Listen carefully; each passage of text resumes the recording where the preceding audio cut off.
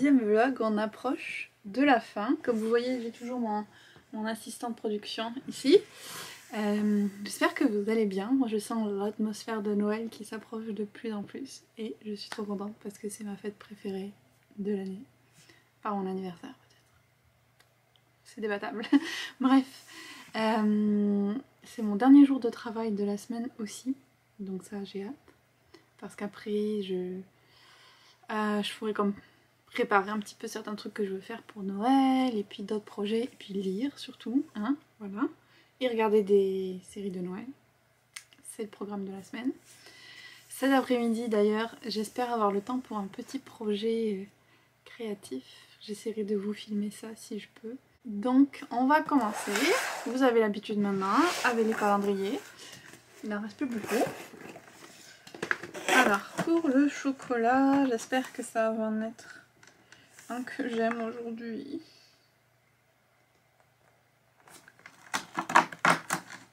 Oui, fondant noisette. Ah, j'aime beaucoup. Pour le thé, je n'arrivais pas à ouvrir, je le tenais à l'envers. Thé vert citron menthe. Il me semble qu'on en a eu un proche de ça. Ah non, c'était menthe marocaine. Donc voilà le petit thé. Je suis quand même un peu déçue qu'il n'y ait pas plus de saveurs de thé de Noël et d'hiver, mais j'ai l'impression que c'est pas quelque chose qui se fait trop ici.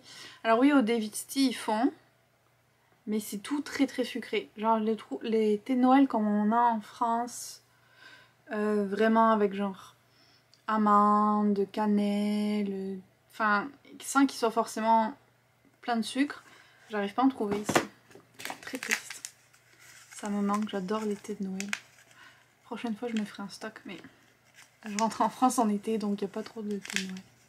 Faut que je réfléchisse. J'ai peut-être demandé à ma mère de m'en prendre cette année pour que j'en ai pour le Noël de l'année prochaine que je récupérerai pendant l'été. Tout un plan. En parlant de ça, aujourd'hui on a un tout petit paquet.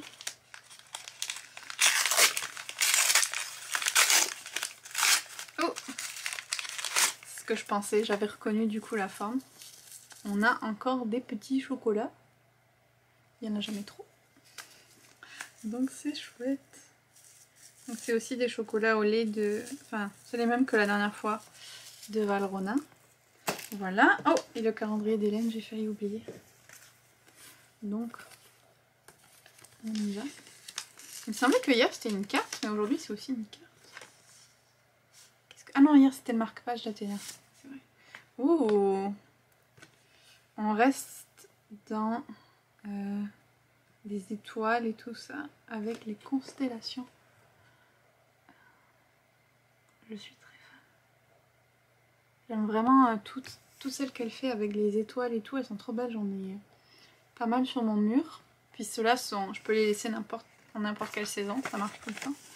Donc voilà pour les calendriers. Aujourd'hui, niveau lecture, il faudrait que je commence celui-là. Je vous en avais parlé hier, parce qu'il avait été comme voté. Et j'ai checké les votes et c'est toujours lui qui est en tête. Donc on va commencer celui-là. Il fait 320 pages, donc franchement je pense que je peux le lire vite. C'est juste qu'il faut que je m'y mette, comme d'habitude. Donc voilà, on va voir si après le travail et après mon projet créatif, j'ai le temps. Sinon j'ai quand même avancé sur le livre audio de The Lives of Saints. Comme je vous ai dit, je l'ai écouté en allant pour me faire les ongles. Et je me régale, c'est super bien. C'est bon, bah, c'est exactement ce que le titre dit. C'est l'histoire des saints dans l'univers Grisha. Donc comment est-ce qu'ils sont devenus saints. Alors il y en a quelques-uns dont on a déjà entendu parler. Mais c'est dans King. Il y en a une notamment je l'ai reconnue de King of Scars. Mais je vais pas dire laquelle pour éviter les spoilers parce que je pense pas que tout le monde les lu encore. Qu'est-ce qu'il y a? Ouais, il y en a plusieurs que j'ai reconnus. Et il y en a un que j'ai reconnu, mais pas de Grisha, mais plutôt de notre monde, c'est Sankt Nikolai. Donc c'est un peu une espèce de réécriture de la légende de Saint Nicolas. C'était Ben Barnes qui la lisait. Donc je pense que pour l'instant c'est conte, légende, vie de saint, je sais pas comment appeler ça, préféré en tout cas. Et puis il me reste, j'en suis un peu moins de la moitié. Je le lis plus lentement que les autres livres audio d'habitude parce que j'ai vraiment envie de savourer ça au maximum. Donc voilà, ça c'est une bonne lecture aussi que j'ai en ce moment. Et voilà pour la petite update du matin et je vous retrouverai plus tard. Coucou! Je suis un peu fatiguée. J'ai fait une petite marche dehors. Aujourd'hui, j'ai l'impression qu'il n'allait pas faire trop froid.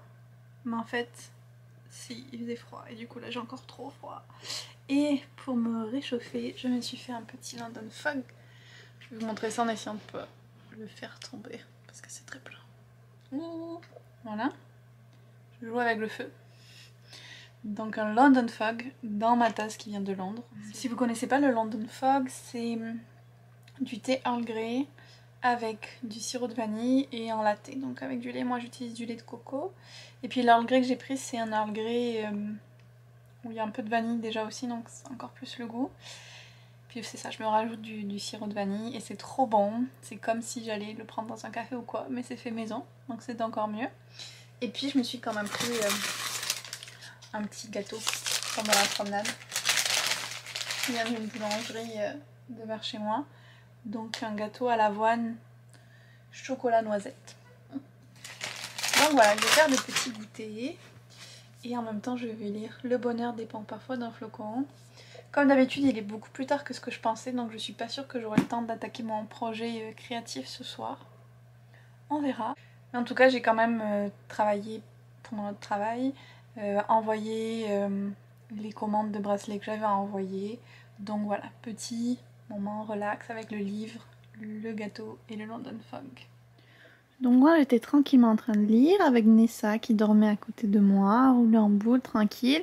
Et puis cette madame là, hein, Freya, que tu m'ignores maintenant, elle a miaulé jusqu'à ce qu'on la laisse rentrer, puis elle est venue dégager sa sœur. Elle fait toujours ça, dès que Nessa est couchée quelque part, il y a Freya qui arrive, qui se couche à moitié sur elle et puis qui la pousse. Ah, tu reconnais hein? Tu sais que tu fais ça. Voilà, c'est le visage de la culpabilité ça. Oui.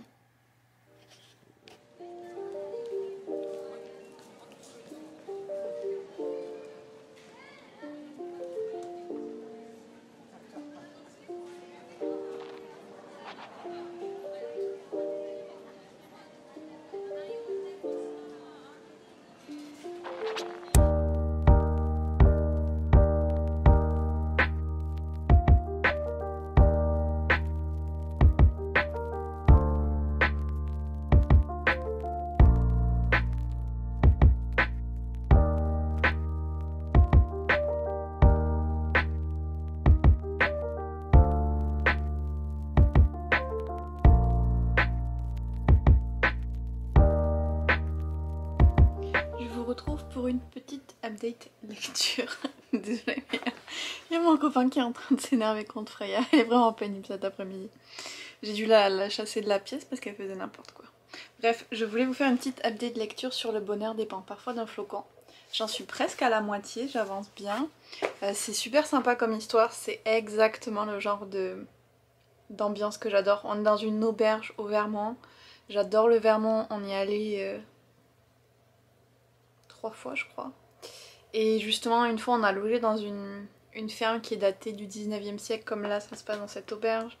Les descriptions donnent tellement envie, c'est avec du bois, avec des desserts faits maison, du chocolat chaud, des décos de Noël, enfin tous les trucs de rêve. Et c'est super mignon et c'est... Je pense qu'on dirait que c'est un roman choral. Je me déplace un peu, ah, c'est mieux comme ça. Ouais je pense... C'est ce qu'on appellerait un roman choral.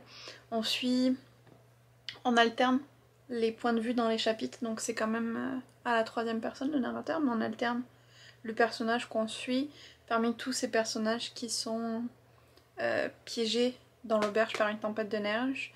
Donc il y a la propriétaire de l'auberge qui malheureusement avec son mari vont devoir vendre parce qu'ils n'arrivent pas à avoir assez de location parce qu'il y a eu comme un gros groupe hôtelier qui s'est installé à côté. Il y a le petit-fils d'une des personnes qui travaille à l'auberge et qui avant possédait le bâtiment et qui donc l'a vendu au propriétaire actuel. Il y a une fille qui était censée se marier mais son fiancé a annulé 2 jours avant. Il y a les parents de cette fille et il y a la meilleure amie de cette fille aussi.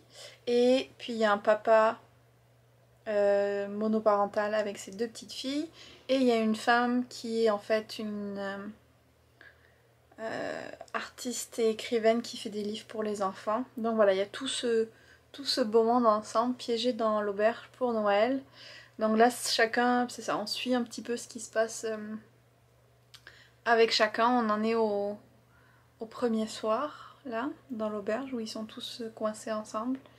Et c'est vraiment agréable comme lecture. C'est vraiment une lecture parfaite pour Noël. Vraiment, vraiment, je suis contente de le lire à ce moment-là. S'il pouvait neiger dehors en même temps que je le lis, ce serait encore mieux. Mais sinon, ambiance de Noël à 2000%. L'écriture est sympa aussi, franchement. Pour le moment, tout va bien. On va voir comment ça évolue pour la suite. Mais là, je vais peut-être... il est quelle heure? Il est pas tard, il est 5 heures, mais on a l'impression la nuit qu'il est beaucoup plus tard. Je vais peut-être me lancer sur mon projet créatif. On continue le livre. J'hésite.